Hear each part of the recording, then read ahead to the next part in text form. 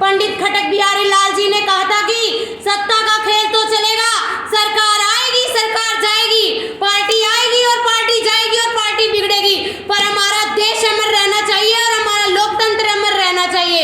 क्यों कहा था उन्होंने? वह जानते थे कि लोकतंत्र हमें कहीं सड़क के किनारे पड़ा हुआ नहीं मिला और लोकतंत्र को हमने किसी पेड़ के फलस्वरूप तोड़ा नहीं था और लोकतंत्र हमें किसी ने दान में नहीं दिया था।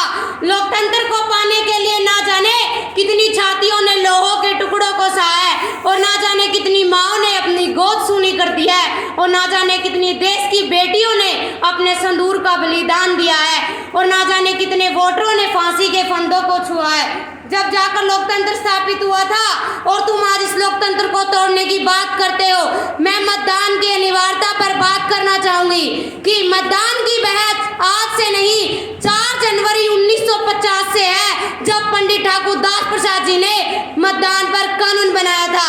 परंतु हमारा कर्तव्य यह है कि हमें हर साल 5 वर्ष के आने वाले चुनाव में हमें अपना मतदान कराना चाहिए और इस नव वर्ष में लोग भूल जाते हैं कि मतदान कितना जरूरी है। वे मतदान के दिए गए अवकाश को लेकर कहीं घूमने चले जाते हैं और कुछ गरीब लोग अपना मत एक अमीर राजनेता को बेच देते हैं। वे अपना मत अमीर राजनेता को क्यों बेच देते हैं? वे अपना मत एक अमीर राजनेता को इसीलिए बेच देते हैं क्योंकि उनके पास गरीबी बहुत होती है। यदि मैं आपसे पूछना चाहूँ कि यदि आपका राजनेता अशिक्षित हो तो वह आपका देश का भविष्य लिख पाएगा? नहीं, आपका राजनेता शिक्षित होना बहुत जरूरी है। और हमारे देश में कई राजनेता ऐसे भी हैं जो धर्म जाति को आधार बनाकर सांप्रदायिक राजनीति कर रहे हैं। हमें ऐसे राजनेता का विरोध करना चाहिए, ना कि हमें उसे अपना मत देना चाहिए। अरे जब कोई लड़की सड़क पर उसे कोई लड़का छेड़ रहा है, जब सामने पुलिस वाला खड़ा है, पुलिस वाले की इतनी हिम्मत नहीं होती कि उसे वो यूं बोलते तुझे छेड़ क्यों है। वो लड़की जब थाने में रिपोर्ट लिखवाने जाती है तो वो पुलिस वाला पता क्या बोलता है? मुझे मेरी नौकरी प्यारी है, मैं नहीं लिखता तेरी रिपोर्ट। फिर वो लड़की एक राजनेता के पास जाती है, वो राजनेता पता क्या बोलता है?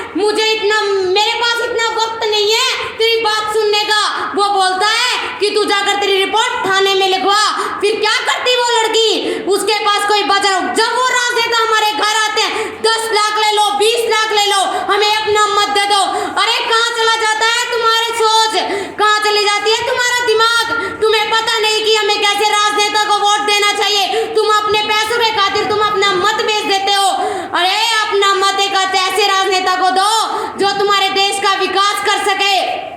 और हमारे देश में जैसे कि ये राजनेता जो धर्म जाति को बनाकर राजनीति कर रहे हैं ना, हम ऐसे राजनेता का विरोध करो, ना कि हमें उसे अपना मत देना चाहिए।